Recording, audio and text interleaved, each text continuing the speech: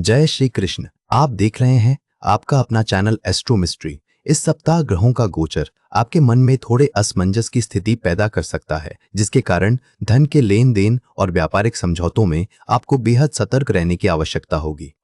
अगले कुछ मिनटों में हम आपकी कुंडली के पूरे 12 घरों का सूक्ष्म विश्लेषण करेंगे और देखेंगे कि ग्रहों की यह मिश्रित युति आपको कहां लाभ देगी और कहां आपको धैर्य बनाए रखने की सीख देगी।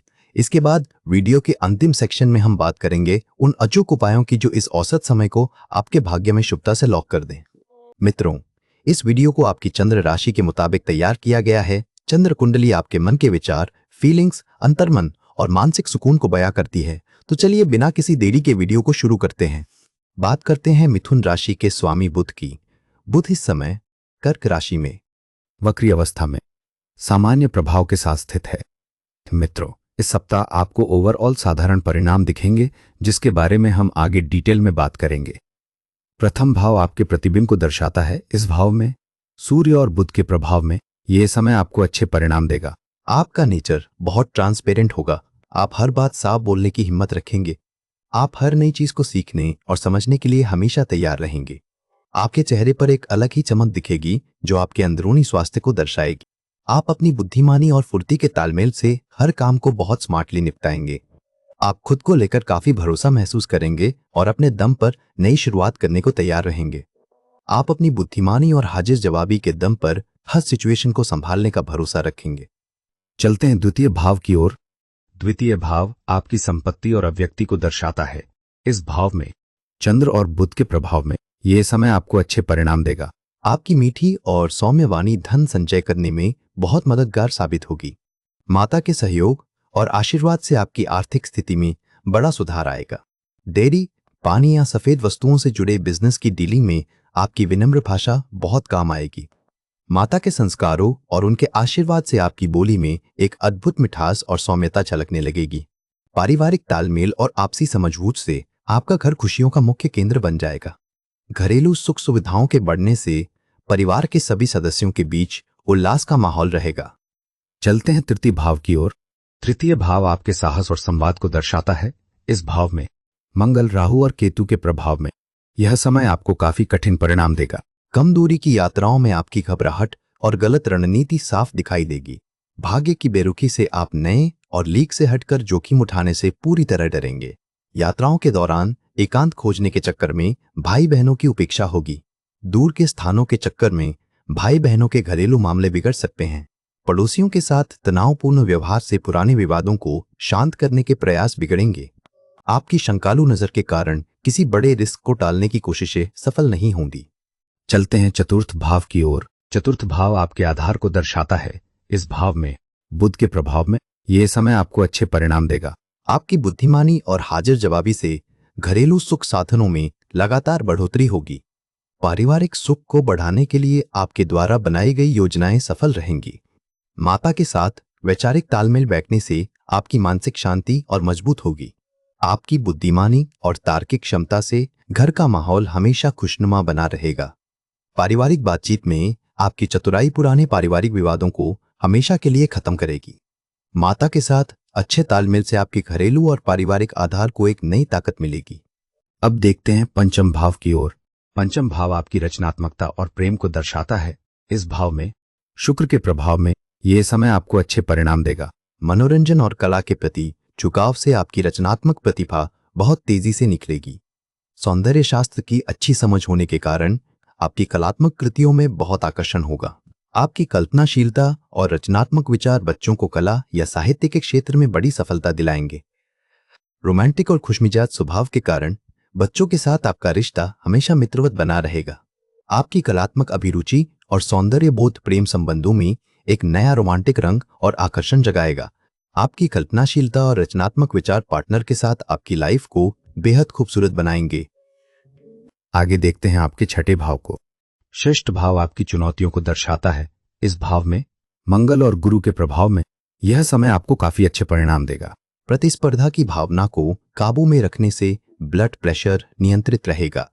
वाणी पर नियंत्रण रखने से ब्लड प्रेशर और तनाव की समस्या से बचाव होगा। मामा जी की सही सलाह से आप कोर्ट कचहरी और विवादों में दुश्मनों पर जीत हासिल करेंगे। परिवार के साथ एकजुटता दिखाने से आपके निजी विरोधी चाहकर भी दखल नहीं दे पाएंगे। नियमित रूप से अपनी सुरक्षा और जांच के प्रति सतर्क रहने से आप कार्यस्थल पर किसी भी गलती से बचे रहेंगे। बचत के पैसों का सही बैकअप होने से आप नौकरी में कोई भी बड़ा और लाभकारी बदलाव कर सकते हैं। चलते हैं सप्तम भाव की ओर। सप्तम भाव आपके संबंधों को दर्शाता है। इस भाव में मंगल, गुरु और शनि के प्रभाव में यह समय आपको काफी कठिन परिणाम देगा। साझेदारों के प्रति आपका अविश्वास और शक वैवाहिक जीवन में दरार पैदा कर सकता है। समाज के गलत लोगों से आपके संबंध दाम्पत्य जीवन में कई नई बाधाएं खड़ी करेंगे। रोजमर्रा के व्यापार में अनैतिकता और झूठ साझेदारी के रिश्ते की पवित्रता को नष्ट कर देगा।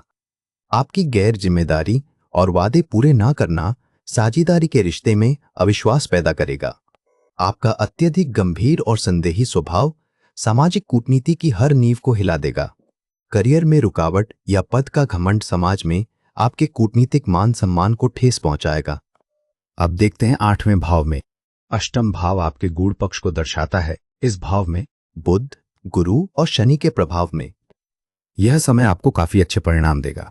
आपकी सहन शक्ति से छिपे हुए शत्रुओं की चाल अचानक असफल हो जाएगी। प्रबंधन की कला से धन संग्रह की गति अचानक तेज होने की उम्मीद रहेगी। मेहनती स्वभाव के कारण शारीरिक सक्रियता बढ़ेगी, जिससे संकट के बादल अचानक छटेंगे।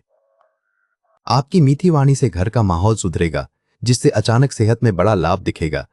गंभीरता से काम लेने पर खानदानी जायदाद से जुड़ा कोई बड़ा लाभ अचानक मिल सकता है। सुलझे हुए स्वभाव से पुरखों की जमीन से जुड़े कानूनी फेरबदल अचानक हल हो जाएंगे। प्रस्थान करते हैं नवम भाव की ओर। नवम भाव आपके भाग्य और दर्शन को दर्शाता है। इस भाव में शनि, राहु और केतु के प्रभाव में यह समय आपको थोड़े कठिन परिणाम देगा। धार्मिक कार्यों के प्रति उदासीनता आपके मन को विचलित रखेगी। नैतिक मूल्यों से समझौता करना आपको विवादों में डाल सकता है। ज्ञान का गलत दिशा में उपयोग सुदूर यात्राओं को असफल बना देगा। पिता के स्वास्थ्य की चिंता आपकी सुदूर यात्राओं में बाधक बनेगी। लंबी दूरी की यात्राओं में योजना की कमी से उच्च शिक्षा के दौर में असफलता मिल सकती है। धार्मिक यात्राओं में अनावश्यक खर्च होने से उच्च शिक्षा के बजट में बड़ी कमी आ सकती है। आगे जानते हैं दशम भाव की स्थिति।